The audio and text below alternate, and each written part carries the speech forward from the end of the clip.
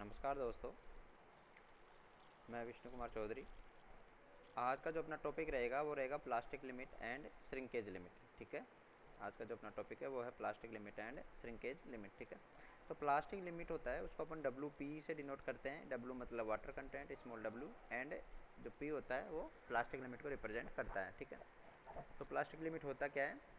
तो it is used as minimum water content at which soil is at plastic stage of consistency और behave as a plastic material। ठीक है, कि वो कम से कम वाटर कंटेंट जिस पे सॉइल प्लास्टिक की तरह बिहेव करना शुरू कर दे उसको प्लास्टिक लिमिट बोला जाता है। ठीक है, तो इस कंसिस्टेंट लिमिट पे होता क्या है? जो प्लास्टिक लिमिट जो कंसिस्टेंसी होता है WP, उस पर होता क्या है? जो सॉइल होता है वो प्लास्टिक स्टेज से लिक्विड स्टेज या फिर लिक्विड स्टेज से प्लास्टिक स्टेज में कन्वर्ट होता है या चेंज होता है, अपनी प्रॉपर्टी चेंज करता है। ठीक है, इसको बोलते हैं प्लास्टिक लिमिट। ठीक है,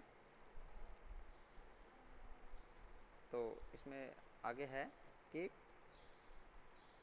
eight plastic limit soil poses from plastic stage of consistency to semi solid stage और कंसिस्टेंसी ऑफ वाइस वर्सा। ठीक है, तो इसमें क्या हो गया? जो सोइल होता है वो प्लास्टिक स्टेज से सेमी सॉलिड स्टेज और सेमी सॉलिड स्टेज से प्लास्टिक स्टेज में कन्वर्ट होता है। ठीक है, हम लोगों ने जो कल कंसिस्टेंसी कर्व पढ़ा था उसको अपन थोड़ा याद करते हैं, तो उससे आपको अच्छे से समझ में आएगा कि ऐसे कैसे हो रहा है। तो ये वो कंसिस्टेंसी कर्व था। तो इसमें देखिएगा जो प्लास्टिक स्टेज से सेमी सॉलिड स्टेज पे जो यहाँ है इसको बोलते हैं water content eight plastic stage या प्लास्टिक लिमिट।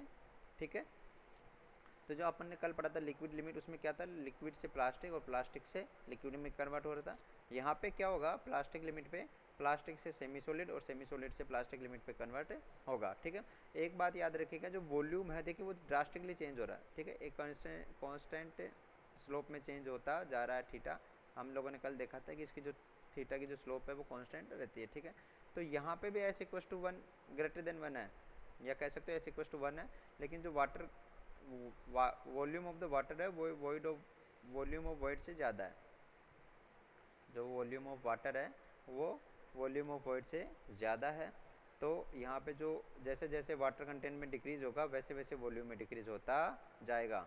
ठीक है, तो चलिए,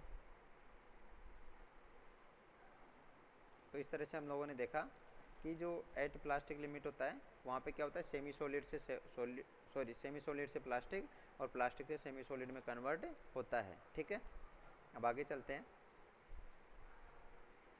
अब different type of the soils के लिए प्लास्टिक लिमिट का वैल्यू कितना हो सकता है? ठीक है, तो हम लोगों ने कल पढ़ा था कि जो ग्रेवल और जो सैंड होता है वो नॉन प्लास्टिक होते हैं। ठीक है, ग्रेवल और जो सॉलिड होता है वो नॉन प्लास्टिक होते हैं, तो उनके लिए ना तो लिक्विड लिमिट आएगा ना प्लास्टिक लिमिट आएगा। ठीक है, फिर जो सोइल सिल्ट होता है वो होता है 20 से 25। ठीक है, 20 से 25% के ऊपर। अब देखिए वाटर कंटेंट होता है ना, जो ये आप लोगों को याद होगा, जो वाटर कंटेंट होता है उसमें होता है weight of water upon weight of solid. ठीक है, वेट ऑफ सॉलिड। ठीक है, तो इसको परसेंटेज में कन्वर्ट करने के लिए इसको 100 से मल्टीप्लाई कर देंगे। ठीक है, तो एक रेशियो होता है, तो इसका कोई डायमेंशन नहीं होता, मैंने कल बता दिया था आप लोगों को। तो जो सिल्ट होता है उसके लिए 20 से 25, क्ले होता है एलुवियल सॉइल उसके लिए 25 से 50, और जो क्ले ब्लैक सॉइल होता है उसके लिए 50 से 100 के बीच में इसकी वैल्यू होती है। ठीक है, तो ये याद रखने की है, कभी कभी ऑब्जेक्टिव में पूछ लिया जाता है कि क्ले ब्लैक सॉइल के लिए कितना प्लास्टिक लिमिट रहेगा। ठीक है, चलिए आगे चलते हैं। अब प्लास्टिक लिमिट को डिटरमाइन कैसे करते हैं? ठीक है, तो इसका सिंपल सा मेथड है कि जो भी कोई भी सोइल होगा उसको आप 3 mm के थ्रेड में रोल कर लीजिए। अगर वो क्रैक नहीं हो रहा है तो मतलब वो प्लास्टिक है, अदरवाइज प्लास्टिक नहीं है। ठीक है, तो यहाँ पे लिखा हुआ है कि for determination point of view plastic limit is defined as minimum water content, वह कम से कम water content at which soil begins to crumble और crack when rolled into 3 mm dia thread. ठीक है, तो इसका कहने का मतलब ये है कि जब मैंने भी बताया था कि water content and plastic limit या प्लास्टिक लिमिट होता है उसमें क्या होता है? प्लास्टिक लिमिट से सेमी सॉलिड में जाता है। ठीक है, तो एक वाटर कंटेंट तक तो रोल होता रहेगा क्योंकि प्लास्टिक रहेगा। जैसे ही वाटर कंटेंट प्लास्टिक लिमिट से डिक्रीज हुआ तो इस सेमी सॉलिड स्टेज में आ जाएगा, तो उस समय क्या हो जाएगा? क्रम्बल होना शुरू हो जाएगा, क्रम्बल या क्रैक शुरू होना शुरू हो जाएगा। ठीक है, तो ये याद रखने की बात है। ठीक है, तो डिटरमाइन कैसे करेंगे? 3 mm का डाया थ्रेड बनाने की कोशिश करेंगे। अगर वो क्रैम्बल नहीं हो रहा तो मतलब प्लास्टिक है, अदरवाइज प्लास्टिक नहीं है। तो बार बार अपन क्या करेंगे, इसको कैसे करते हैं कि आपने एक वाटर कंटेंट लिया, उसमें थ्रेड बनाया, अगर रोल हो गया मतलब प्लास्टिक है, फिर इसको वाटर कंटेंट को कम करेंगे, ठीक है। और ऐसे कब तक कम करेंगे, जब तक कि वो क्रैम्बल होना शुरू ना हो जाए, ठीक है। उल्टा भी कर सकते हैं, अगर मान लीजिए आपने वाटर कंटेंट लिया और उसमें क्रैम्बल हो गया, तो फिर वाटर कंटेंट बढ़ाइए। कब तक बढ़ाएंगे, जब तक कि सेमी सॉलिड स्टेज से प्लास्टिक स्टेज में ना चला जाए, ठीक है। अब अगला है अपना श्रिंकेज लिमिट, ठीक है। तो अभी मैंने आपको वापस से दिखा दूंगा मैं। तो श्रिंकेज लिमिट क्या होता है, maximum water content beyond which further reduction in the water content of soil does not lead to the reduction in the volume of the soil, कि वो अधिक से अधिकतम वाटर कंटेंट जिसके बाद में अगर वाटर कंटेंट में कमी की जाए तो उसके वॉल्यूम में कोई कमी नहीं होगी, ठीक है। तो इसको इस तरह से समझिए। देखिए ये अपना कंसिस्टेंसी कर्व था, तो इसमें देखिए इसको बोलते हैं WS, ठीक है। इसको WS से रिप्रेजेंट करेंगे, ये WS हो गया, ठीक है। तो यहाँ पे क्या होगा, जो कन्वर्जन होगा वो होगा सेमी सॉलिड से सॉलिड के बीच में, और जो सेचुरेशन रेशियो हो जाएगा वो हो जाएगा 1, सेचुरेशन रेशियो क्या जाएगा 1। अब इसके बियॉन्ड अगर वाटर कंटेंट में कमी की जाएगी तो सबसे पहली बात तो याद रखिए, जो सेचुरेशन रेशियो होगा वो 1 से कम होना शुरू हो जाएगा, पहली बात तो ये। दूसरी बात होगा, जो वॉल्यूम होगा ना, वो वॉल्यूम ऑफ द सैंपल बना रहेगा, ठीक है। तो इसके जो वॉल्यूम में फर्दर रिडक्शन नहीं होगा या फर्दर रिडक्शन 0 होगा, किसमें, टोटल वॉल्यूम सैंपल में। जबकि वॉल्यूम ऑफ वाटर में तो रिडक्शन होगा, लेकिन volume of the voids fix हो जाएगा, ठीक है। तो इसके बाद में वॉल्यूम में रिडक्शन नहीं होगा। तो यही कहा जा रहा है कि वो मैक्सिमम वाटर कंटेंट जिसके बाद में एट विच आफ्टर विच अगर further reduction in water content किया जाए तो वॉल्यूम में कोई चेंज नहीं होगा, वॉल्यूम फिक्स हो जाएगा, ठीक है। तो इसको बोलते हैं श्रिंकेज लिमिट, ठीक है। तो इसको बोलेंगे श्रिंकेज लिमिट।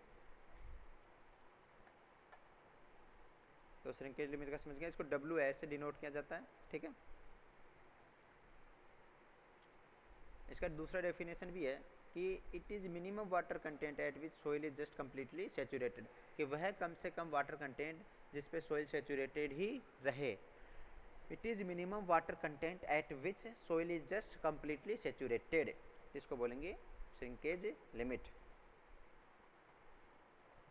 इसका अब कंसिस्टेंसी कहाँ से कहाँ जाएगा, इसमें कंसिस्टेंसी होगा सेमी सॉलिड स्टेज से सॉलिड स्टेज में, या वाइस वर्सा होगा, कि यदि कोई सॉलिड सेमी सॉलिड है उसमें वाटर कंटेंट में रिडक्शन किया तो वो सॉलिड हो जाएगा, या कोई सॉइल सॉलिड है या सॉलिड फॉर्म में है और उसमें वाटर कंटेंट अपन ने बढ़ाया इंक्रीज किया तो वो सेमी सॉलिड स्टेज में चला जाएगा, ठीक है। अब अपना एक शेयर स्ट्रेस मैंने बताया था कि जैसे जैसे वाटर कंटेंट में इंक्रीमेंट होता है तो जो सोइल की कंसिस्टेंसी होती है वो सॉलिड से कहाँ जाती है, लिक्विड की तरफ, ठीक है। तो उसमें क्या होता है, शेयर स्ट्रेस में रिडक्शन होता जाता है, ठीक है। तो इसको एक ग्राफ के रिप्रेजेंट किया गया है कि एक शेयर स्ट्रेन ले लिया और एक शेयर स्ट्रेस ले लिया। तो जो लिक्विड होता है उसमें शेयर स्ट्रेस का वैल्यू कम होता है, तो थोड़ा बहुत भी अगर अपन शेयर स्ट्रेस प्रोड्यूस करेंगे, जैसे हम लोगों ने कल पढ़ा था कि उसका वैल्यू होता है मिनिमम लगभग 2.7 किलो न्यूटन पर मीटर स्क्वायर के अप्रोक्सीमेट होता है, ठीक है।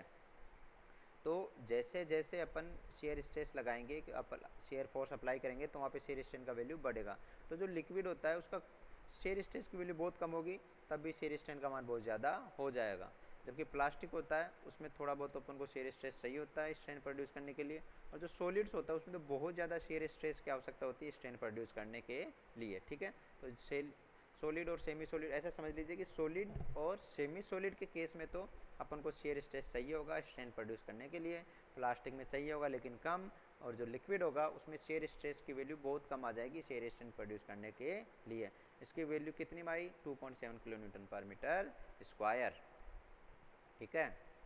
अब आगे चलिए, एक छोटा सा नोट मैंने कल आप लोगों को बताया भी था कि जो लिक्विड लिमिट होता है वो कंप्रेसिबल सॉइल के लिए, या कह सकते हो जो जिन सॉइल्स के लिए लिक्विड लिमिट की वैल्यू हाई होती है वो हाई कंप्रेसिबल होती है, लेकिन जो श्रिंकेज लिमिट होती है वो लो होती है, ठीक है। उल्टा होता है कि हाईली कंप्रेसिबल या high compressible soil poses lower shrinkage limit while liquid limit is very high for such soil, ठीक है। अगर कंप्रेसिबल सॉइल्स होगी उसके लिए लिक्विड लिमिट का मान ज़्यादा होगा लेकिन श्रिंकेज लिमिट का मान कम होगा। इसको उल्टा समझिए, मैंने कल बताया था आपको कि वो सॉइल जिसके लिए लिक्विड लिमिट का मान ज़्यादा होता है वो हाईली कंप्रेसिबल होती है, तो हाईली कंप्रेसिबल सॉइल के लिए लिक्विड लिमिट का मान ज़्यादा और श्रिंकेज लिमिट का मान कम होगा। ठीक है, चलिए आज ये ख़त्म हो गया। Thank you.